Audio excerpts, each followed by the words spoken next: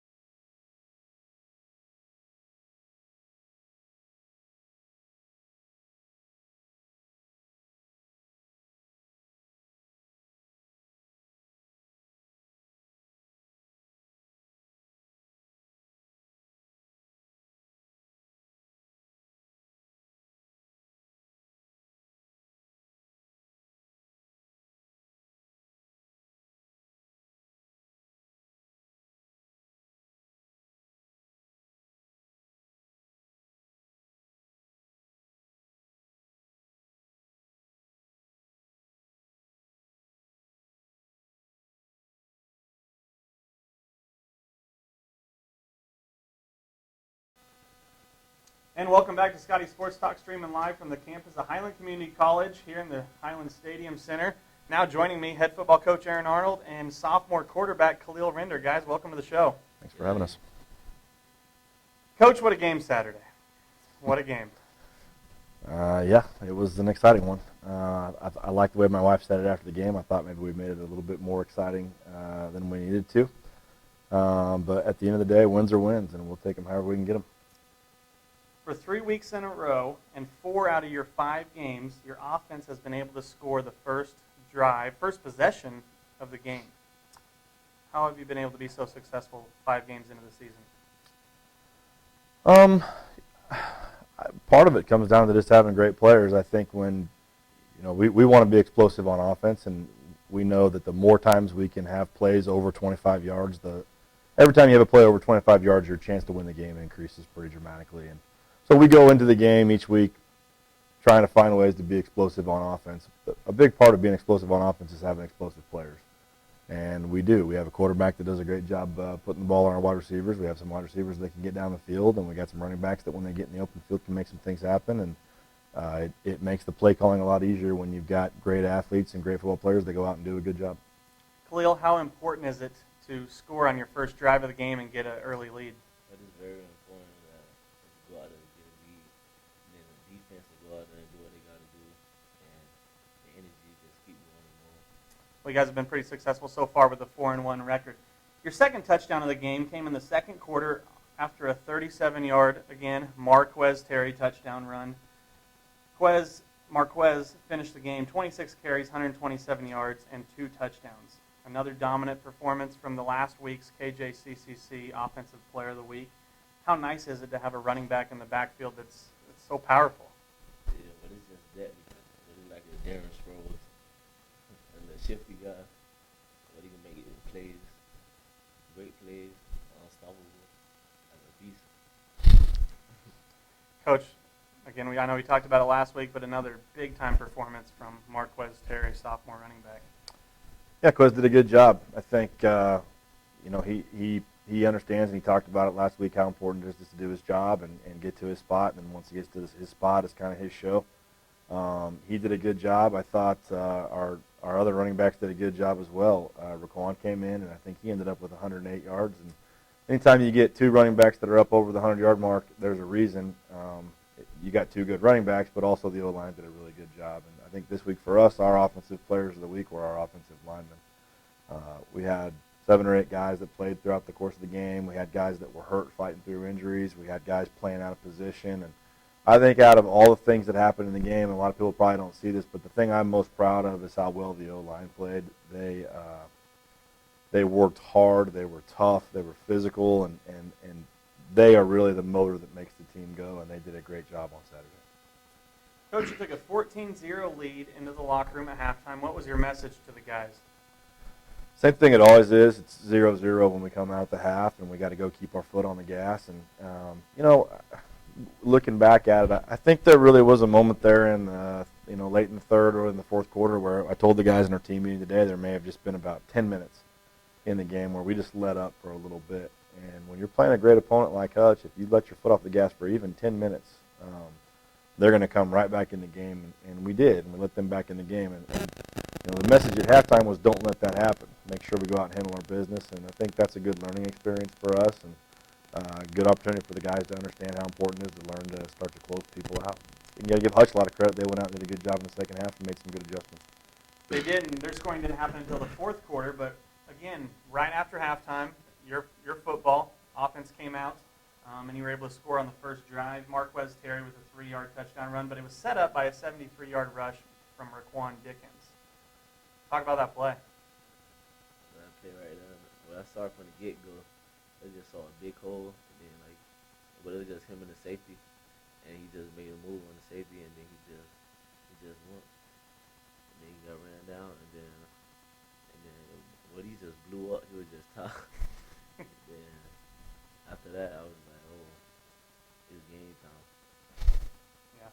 Coach, your defense held Hutch scoreless through 3 quarters on Saturday. 2 times Hutch was inside the Highland red zone in the third quarter. 1 possession you stopped him on a 4th and 1. The other one that tipped the ball happened in Linebacker Jacob Rominger was able to come up with the interception in the end zone. Talk about this defense. Strong 3 quarters. Yeah, it's hard to say enough good things about the defense. I think what you saw happen in the fourth quarter, they gave up some points there in the fourth quarter, and that's a product of a lot of things that happened in the game. Number one is that offensively we didn't do a good enough job converting on third down. We left them on the field too long, and you could see in the fourth quarter they were tired. One of the scores they gave up was the result of some issues in our punt team, and so it takes both sides of the ball to be successful out there. But when you look at what they've been able to do this season, it's been pretty tremendous. They do a great job stopping the run. They do a great job stopping the pass. I think Antar Thompson was the one who was responsible for the big stop on the fourth down, and then Jacob made a great play to get the interception. And at the end of the day, as coaches, we just try to put the guys in a good spot, and then they got to go make the plays. And we have a lot of guys in that group that do a great job making plays when we need them. Under 3 minutes to play. Highlands down 21-20, faced with a 3rd and 11 on their own 21-yard line. And then Kahlil and Bailey Strunk. How about those guys? That was a crazy one. I didn't expect that. We're out trying to, really almost nickel and dime. We had plenty of time on the clock, so at that point the game plan wasn't to take the shot. We were just trying to get some short underneath stuff, and for whatever reason, Hutch really committed to take away the short underneath stuff, and Bailey slipped back behind, and Kahlil scrambled out and did a great job of using his vision to keep looking down the field, and saw Bailey streaking down the field and threw the ball about 80 yards in the air, I think, and Bailey made a great catch and a great play after the catch, and the rest is history. Kahlil, like Coach said, you did have to scramble around a little bit to get an opening. You threw the ball not quite 80, but 54 yards through the air, kind of off your back foot there, trying to stay away from the defenders, and it ended up falling in the Wichita native Bailey Strunk's lap. Great play. That play there, I want to shout out to the O-line and Bailey on that play. But like on the sideline, me and Bailey had got in the altercation. Like it was going at it on the sideline and stuff. Like way before that, like 2 drives before that even happened. Me and him was going at it, and then next thing you know, we just went out there. We shook hands and stuff, and we said we were sorry because it was like a miscommunication that we did out there. Then on that play, I was just like I was pacing up and down the sidelines and everything, and I was just praying and looking up to God and my mom, and God answered in prayer. Then I just went out there. Then the first play we had ran XZ, and then I was like, what coach finna call now? So it was just out there. Then I just got flushed to the right. Then I just saw Bailey there, and I just threw it. And then I was like, oh my God. And the ball was in the out, and I was like, please catch it. Don't drop it. Then he caught it. Then it was him and the safety. He made the safety miss. Then the safety had got back on him. He made him fall like on the 10-yard line. And that's still the deal. And shout out to Jacob Rominger too. Well, after the touchdown, you guys went for 2-point conversion and failed at that. But there was still 2 minutes and 30 seconds left in the game, and Hutch still had 2 timeouts, so there was a lot of game left to play. Yeah. And then came along Jacob Rominger again, making a big play. Yeah, Jake did a great job. I think you go back and watch the game, and it looked like maybe part of Hutch's game plan was that Jake was the guy they wanted to attack, and they wanted to pick on Jacob for whatever reason. Everyone has a game plan, and I think you look at that, and Jake did a great job of not letting them do that. And he ended up having I think 6 or 7 tackles, 1 for a loss, and 2 interceptions, and I think he proved that he's a very talented football player, and definitely not a guy you want to try to pick on defense. All right, guys, thanks for chatting with us. We're going to take a short break, and when we return, we will talk with sophomore linebacker Jacob Rominger about how he was able to record 7 tackles, 1 for a loss, and 2 interceptions. 1 really big interception with 2.5 to play in the ball game on Saturday in the win versus Hutch. We'll be right back. You're watching Scottie Sports Talk.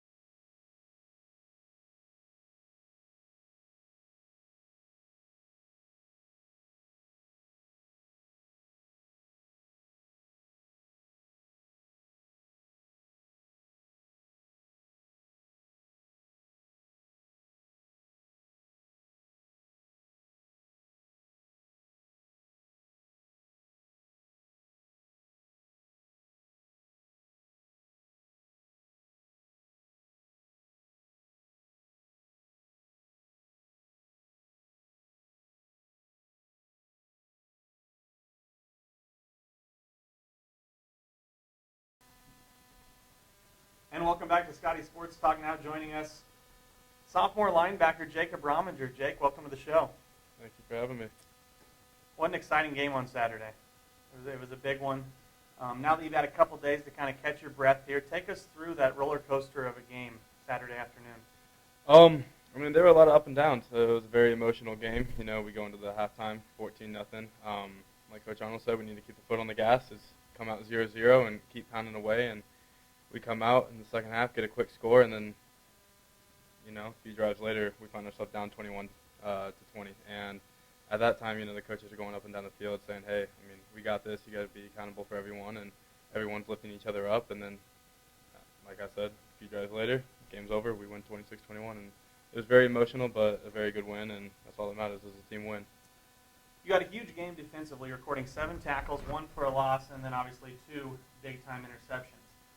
Hutch was, I talked about this earlier, but Hutch was knocking on the door until a tipped ball ended up in your lap in the end zone.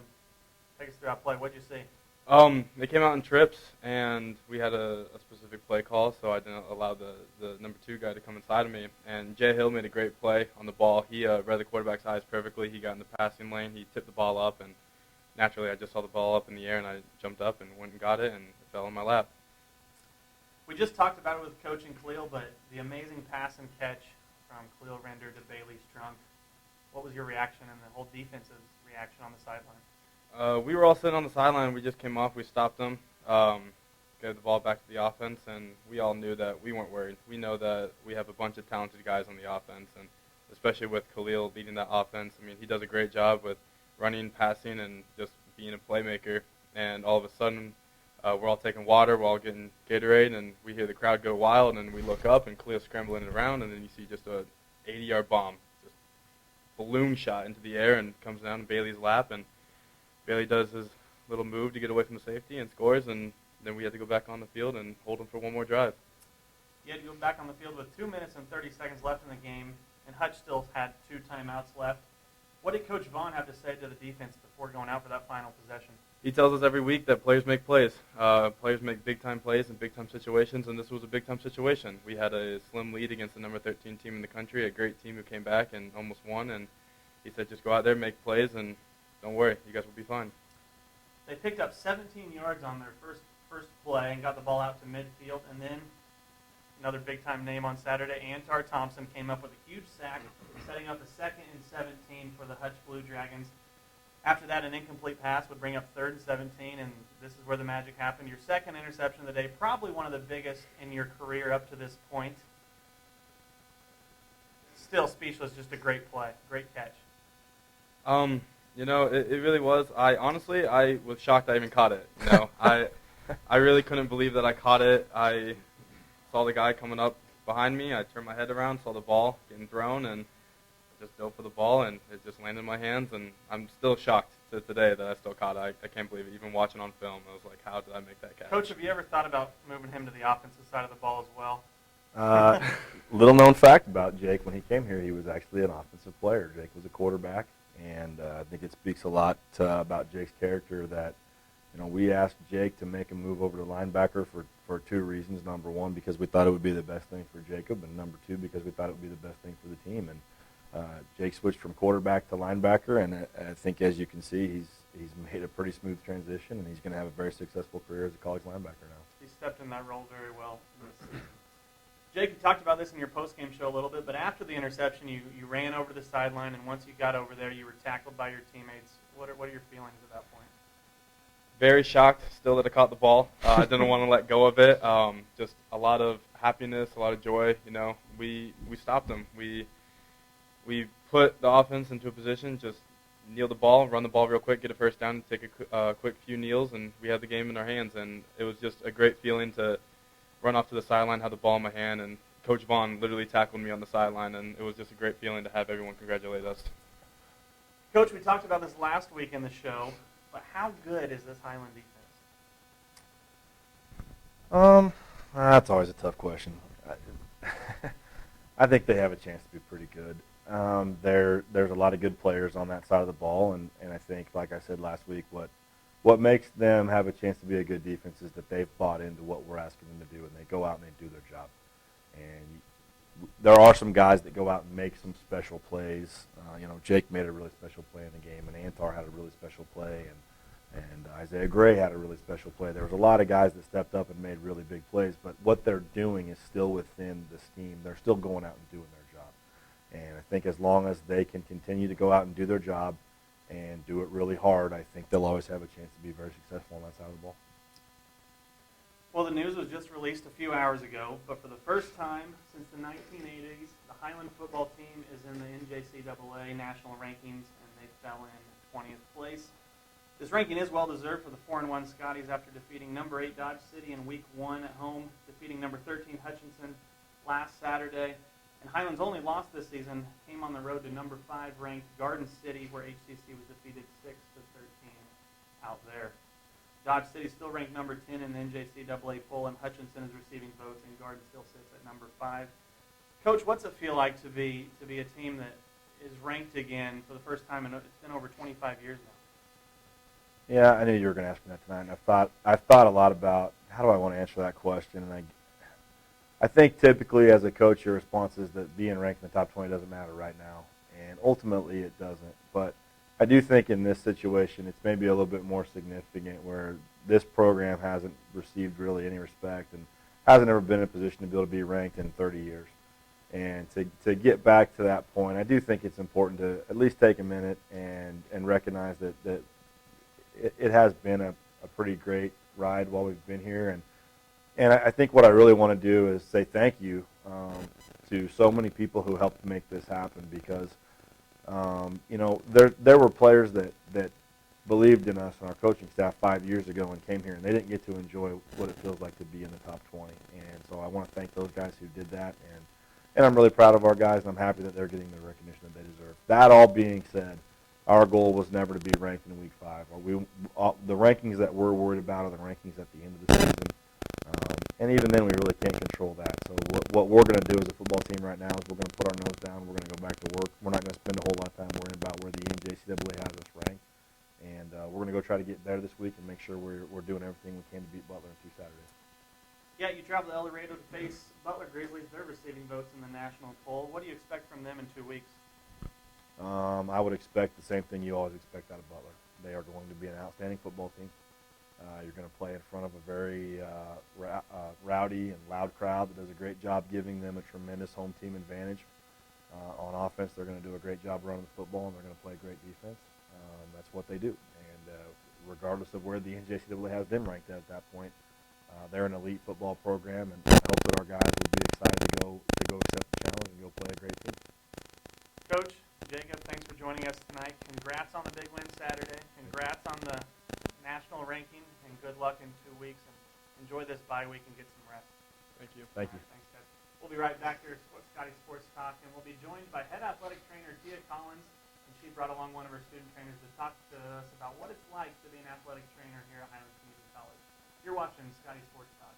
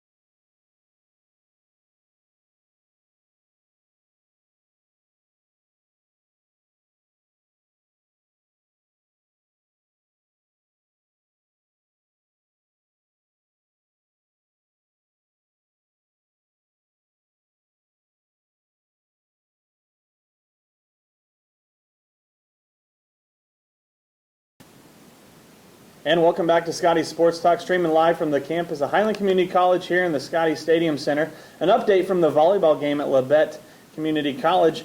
Highland defeated the Labette Cardinals 3-1. They will be playing at home this Wednesday against Fort Scott at 5:30 p.m. Now joining us on the show, we have head athletic trainer Tia Collins and student athletic trainer Jeremy McDonnell. Guys, welcome to the show. Thank you. Tia, let's start off by just tell us a little bit about yourself. I'm a small town girl. I grew up in Haddam, Kansas.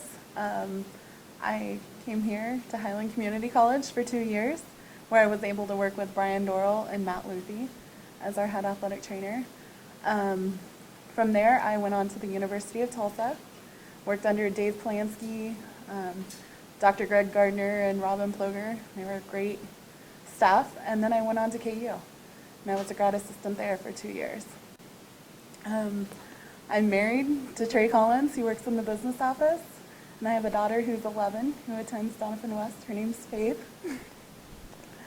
Nice. Tia, you're in your second stint at working at Highland Community College. You started here in 2005 and worked to 2008. Left for a few years, but now you're back here as head athletic trainer. What brought you back? I love Highland Community College. I love the junior college setting. I miss the opportunity that I had here. Some really great kids here. When did you get your start in athletic training? I actually started here after grad school. I worked here for 3 years, and at that time I was the only athletic trainer on staff, or certified athletic trainer on staff, and after 3 years it was time to follow my husband's career. Mm-hmm. And now you both wound up working back here at Highland Community College. What do you love most about working with students and student athletes here on campus? There is never a dull moment. Our days, they're long, but ultimately, I just like watching our students succeed. I like seeing our athletes recover from injuries and then make those big plays on the field. Ultimately, I just want to see everyone go on. I like following our players that have left and just watching everyone succeed, make a better life. You have an assistant athletic trainer, Nicole Hergert. What does she bring to the staff? Nicole is great. I love her personality. We work well together. She is very knowledgeable in biomechanics and rehab, and I think we complement each other well. You scholarship a number of student trainers throughout the year. How important are they to have on staff? Our student athletic trainers are so important. Between Nicole and I, we have approximately 360 student athletes. Without our student athletic trainers, we wouldn't be the program we are today. We'll take it over here to Jeremy, an actual student athletic trainer, sophomore here at Highland. Jeremy, why athletic training? Well, I grew up playing sports and shadowed an athletic trainer for my senior project and decided to follow in the career as an athletic trainer. What do you enjoy most about working with your peers, both in the athletic training room and also out on the field and courts? Feeling like I'm part of a team again, because not playing sports anymore kind of did a number on me for a while, and then feeling like I'm part of the team again. Tia kind of got her athletic training start here at Highland. Do you see possibly a future in athletic training? Yeah, I plan on getting my certification in athletic training along with the strength and conditioning. We got to fly busting around. So, Jeremy, why HCC? Why Highland Community College? It was cheap and it offered athletic training, and it's close enough to home and far enough away from home as well. Tia, tell us about Jeremy. Jeremy is a great kid. Never a dull moment around him. He likes to make us laugh, keeps us well entertained, but he's also a very hard worker. He will go a long ways in the field. Great. Well, I appreciate everything you do, and I know Highland Community College appreciates everything you do for all of our student athletes here on campus. Tia and Jeremy, thanks for your time. That's all we have for you tonight. Thanks for joining us. Thank you. And that'll wrap up tonight's show of Scottie Sports Talk. Make sure you tune in next week as we talk more Highland Athletics. To keep up to date with all of Highland Athletics, follow us on Twitter, Instagram, or Snapchat at HCC Scotties, or check out our new athletic website at ScottieAthletics.com. Thanks for tuning in, and have a great week.